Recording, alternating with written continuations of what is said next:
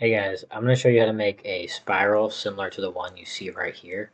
So the first thing that you're going to want to do is if you don't see all of these options in your toolbar, you want to come over here to Window, Toolbars, make sure Advanced is selected, View, do Smart Guides, and Snap to Point. So it probably will look more like a line is what you'll see, and you're going to hold this down, go to Polar Grid Tool. You'll see that there's a spiral tool, but when you do that, it creates a spiral that basically just like gets bigger as you go. So if you want one that's going to look more like this, then we're going to come over here to Polar Grid. You're going to left click, and it will come up with these options right here. So for concentric dividers, that's how many circles you're going to have. Radial dividers is lines in between. 30 is quite a bit, but that's what I did here over on this side to make this, so I'll go ahead and do that. All right, so then you have this right here, and the stroke will most likely be black on your screen. So you're going to make sure you have this direct selection tool, and you're going to basically want to draw a box over the top half of the circle. So this is what it should look like right here. And if you go a little too far over, you'll get the stuff on the bottom. So just make sure you get it. It might take a few tries until you get it on the top. Come over here to Edit, Cut, Edit, Paste in Place. Let's see why isn't it showing up there. Oh, the stroke was not up there. All right. So once you have that back in place, what you're going to do is want Control plus to zoom in a little bit. All right. It's a little bit dizzying there, but you're going to want to basically go with the same selection tool here.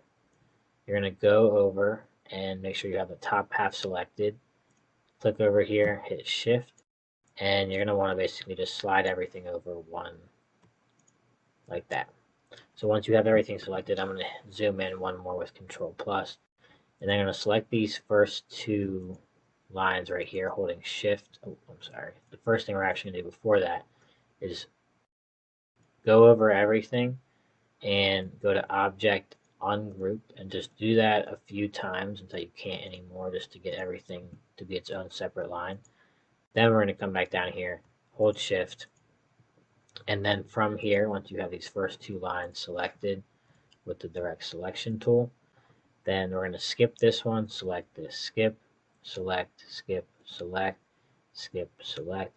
And if you do it with this many lines, you definitely will start to feel a little trippy. But just go ahead and skip select and make sure you're holding down Shift. Alright. So now I'm going to go ahead and hit delete 2 times to get rid of that. And I'm going to go back on the other side and just do the same thing, holding down Shift.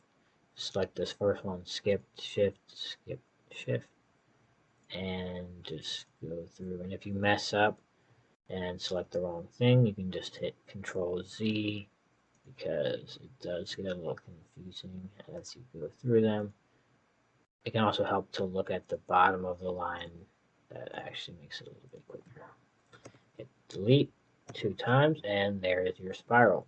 If you want to make it bigger or smaller, select the whole thing, hold down Shift to keep the proportions, and to make the one I have in the thumbnail, I just hit the gradient there, and that's what you get there. You can also come over here and